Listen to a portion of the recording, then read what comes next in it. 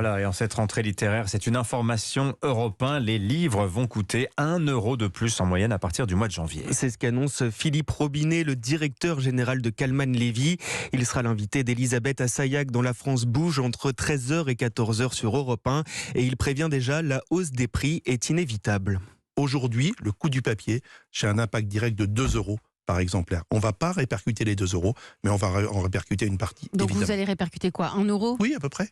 1 euro, vous nous dites aujourd'hui 1 euro sur chaque livre, à partir de quand? À partir du début de l'année prochaine. Augmentation d'1 euro donc par livre. Et on a voulu savoir, Baptiste Morin, si les autres éditeurs vont eux aussi suivre le mouvement.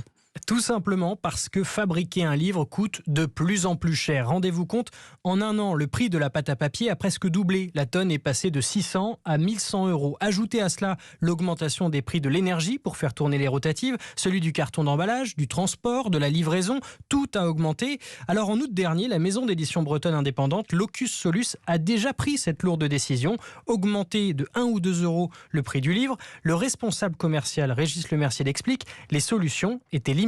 Il y a deux solutions en fait qui s'offrent à nous. C'est éventuellement d'augmenter le prix du livre ou alors c'est d'augmenter le tirage, la quantité de livres imprimés pour compenser cette augmentation du prix du papier. Les éditions Flammarion, Fayard et Dusseuil que nous avons contactés nous ont répondu qu'une telle décision n'était pas à l'ordre du jour de leur côté, mais en coulisses, certains nous confient qu'elle finira par s'imposer car sur un livre vendu 20 euros, l'éditeur ne perçoit que 4 euros. Lorsqu'il prend une augmentation de 1 euro à son compte, il réduit donc son revenu par livre de 25%. Les précisions de Baptiste Morin pour Europe